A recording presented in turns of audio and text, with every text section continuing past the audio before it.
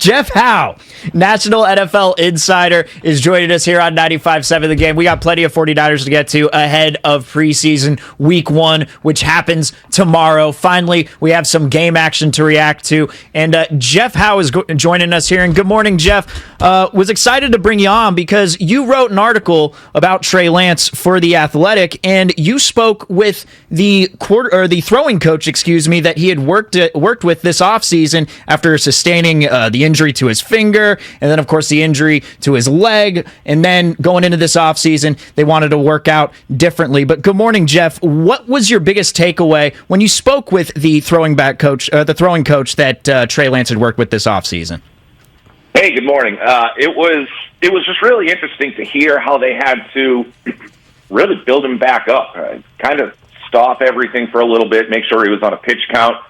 I don't think many people realized, or not a lot of people at all realized, just how much a finger can throw off a quarterback, and it really threw off his entire season. He broke the finger on a helmet in the preseason finale, and then what that did for him the rest of the way was, he never fully recovered, and then you kind of build up some bad habits because you're overcompensating for the finger. You change your throwing mechanics. You might get under the ball a little bit more. And that created some general arm fatigue. He was having some hot spots in there, so he was sorer than he would have been used to being over the course of the season, even though he only started 2 games. The practice reps or even just filling in from time to time, that started to wear on him. So when he got into the offseason, it was twofold. It was, one, let's get your arm healthy. Let's get rid of that arm fatigue. And then once you're ready to throw again, let's get those mechanics back to where they're supposed to be, because you develop those bad habits. Even if you're, it's like being a professional golfer or professional whatever. It doesn't matter how good you were, like before that injury. You develop bad habits over the course of several months. You got to make sure you break those back down and build yourself back up.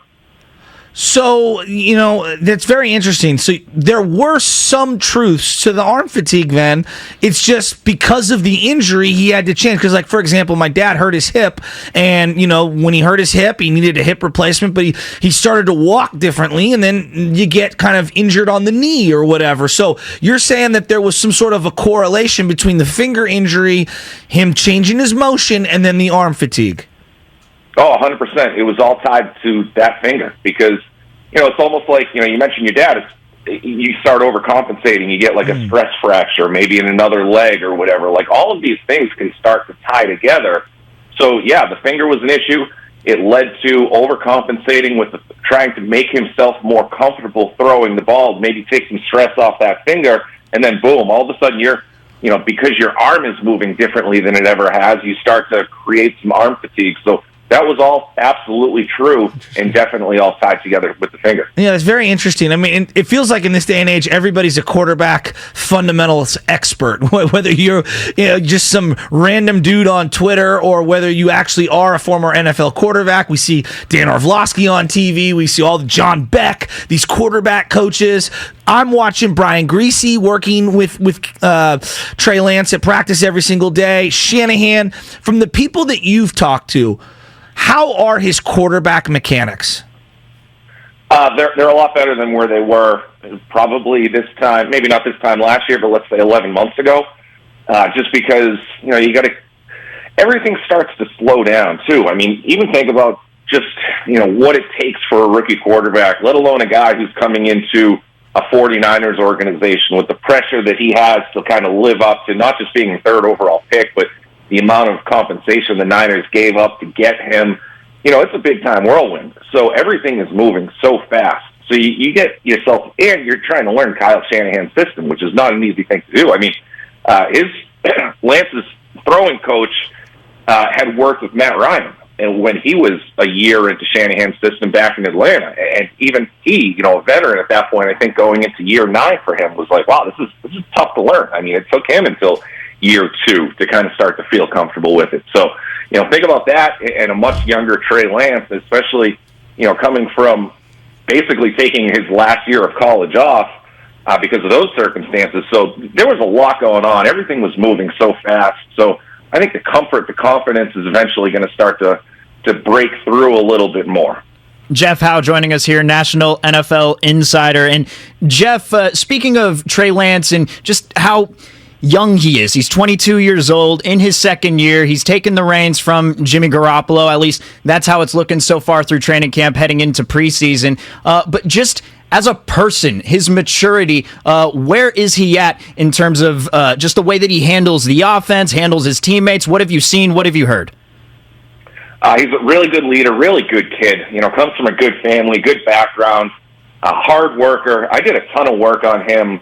I did a feature on him just a few months before the draft, before his draft season, and I really got to learn about the circumstances of growing up. His father, of course, played briefly in the NFL, so good upbringing, good family, very mature kid, and this is.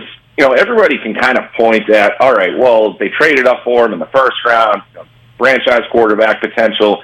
Of course, he's going to get the starting job at some point. And then, you compound it with Jimmy Garoppolo's contract and the Niners trying to get out from under that. But look, this is still, they're very much aware this is a roster that is built to compete and contend right now. If Trey Lance wasn't going to get this job simply by showing up with the credentials of the past year. I mean, he had to do something to go out and earn it. And John Lynch was telling me that there was a point in OTAs when they were comfortable with the fact that they could move the offense from Jimmy Garoppolo to Trey Lance. And that was Kyle Shanahan's decision. But, watching the OTAs, watching practice, watching him interact with his teammates in the locker room, on the field, all that stuff, they knew that it was time, and Trey Lance had gone out and earned it.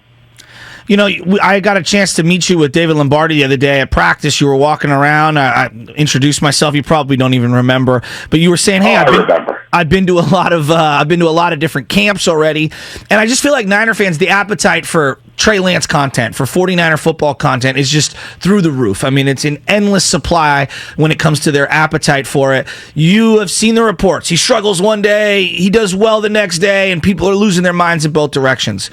When you take a step back and you contrast that with all of the other camps that you've seen, different levels of quarterbacks, whether young or old, seasoned, not seasoned, MVP caliber or not, where does Trey Lance's training camp stack up? Should I be worried? Should I feel confident? Is there something abnormal? I don't know how to juxtapose what I'm seeing and what I'm hearing on a daily basis.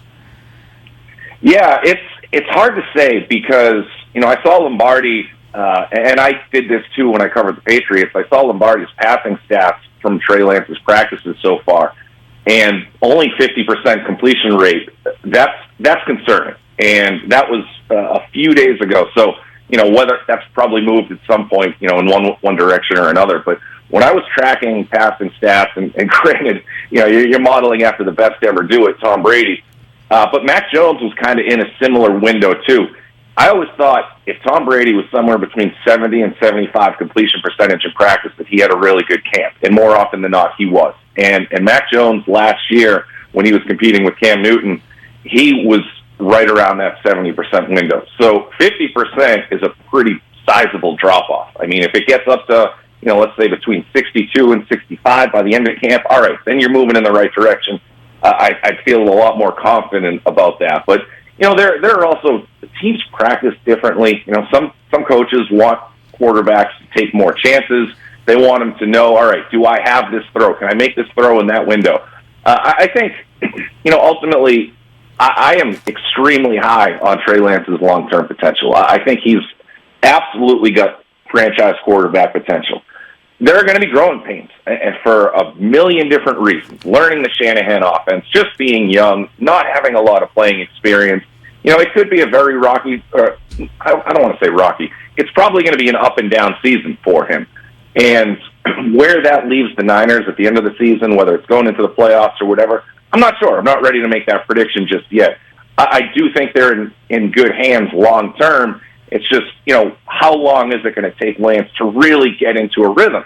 And when he gets into that rhythm, I think he's got dynamite potential. You look at all the help he's got around him. Getting Devo's contract worked out a week ago was a huge victory for them, of course. George Kittle's still, in my opinion, one of the two best tight ends in the game. I think he's probably the best tight end in the game. And then Brandon Ayuk's camp has been markedly better than the past couple of years. So I mean, he's got all the help. It's just, is the offensive line going to give him enough protection? And then is he going to be consistent enough with, taking the high percentage throws? If he can start to do that and then build from there, I think you could see the growth a lot faster. You referenced seeing Mac Jones. Mac Jones triggers a lot of 49er fans in both directions. Some never wanted him on the Niners. Some think that the Niners made the wrong decision and didn't take Mac Jones, and that was a mistake. Who would you have swung on? Obviously, there's no guarantees. We know that one is a little more, ready to go now. The other one took more of an upside. But given what they gave up and everything, who would you have taken between the two now that you've had a chance to see them both? I really like both. The difference right now, in hindsight, is seeing Mac Jones do it for a year. I was really, really impressed with his rookie season. And, before I took on this national NFL role, last summer, I had covered that entire quarterback competition with Cam Newton, and I saw that Mac Jones went and won that job very handily, really. It was surprising that they went with him. I thought they were going to stick with the veteran, but Mac Jones was so much better than Cam Newton that he absolutely won that job, and I think he had a really good rookie season. However, I'm not going to change my opinion. Going into the draft, Trey Lance is my number 2 quarterback behind Trevor Lawrence. I would have taken him number 2 if I were the Jets. I thought the Niners got a huge break when he slid to them at 3. I think, at the end of the day, we'll see how it all shakes out. But I'm not, just because I have a year of seeing Mac Jones, or we all have a year of seeing Mac Jones in comparison to 2 games for Trey Lance, I'm not ready to change that evaluation because I thought, I thought really, really highly of Lance going into the draft. One more here for National NFL Insider, Jeff Howe. And as you mentioned, you had covered the Patriots since 2009. And Jeff, just one more for you. Jimmy Garoppolo. This whole saga since the Rams NFC Championship game till now, it has been just so mucky and turbulent. So my question to you is, for the 2022-2023 season, which jersey will Jimmy Garoppolo be wearing? Will he be wearing a Niner uniform, or will he be on another team? And if so, how would he get to that other team? Yeah, well, clearly I have a very solid understanding of your 2 quarterbacks here in San Francisco, so I appreciate you sticking in my wheelhouse. I think it's going to be hard for them to trade Garoppolo unless he steps up and is willing to facilitate that trade by eating a huge chunk of his contract. Not unlike the Baker Mayfield situation. I mean, obviously 2 very different situations, but ultimately Mayfield facilitated that trade by giving back some of that guaranteed money. Garoppolo's money isn't guaranteed, but it's like if it comes down to a couple different places, if they're willing to work together, let's say Garoppolo, let's say 2 teams, let's say the Texans and the Browns, hypothetically, have 2 very similar trade offers on the table, and it's up to Garoppolo to say, all right, I don't want to play for this team, I do want to play for this team, let's make something happen. If that's the situation, maybe the trade happens. I still think it's going to be hard for them to trade him. I think they eventually have to release him, and I think the Browns are probably going to be the best chance for Garoppolo to go play for a talented roster for however long Deshaun Watson is suspended. Jeff Howe, National NFL Insider for The Athletic. Thanks so much for joining us this morning, Jeff. Thanks, Jeff. Thanks for having me, guys.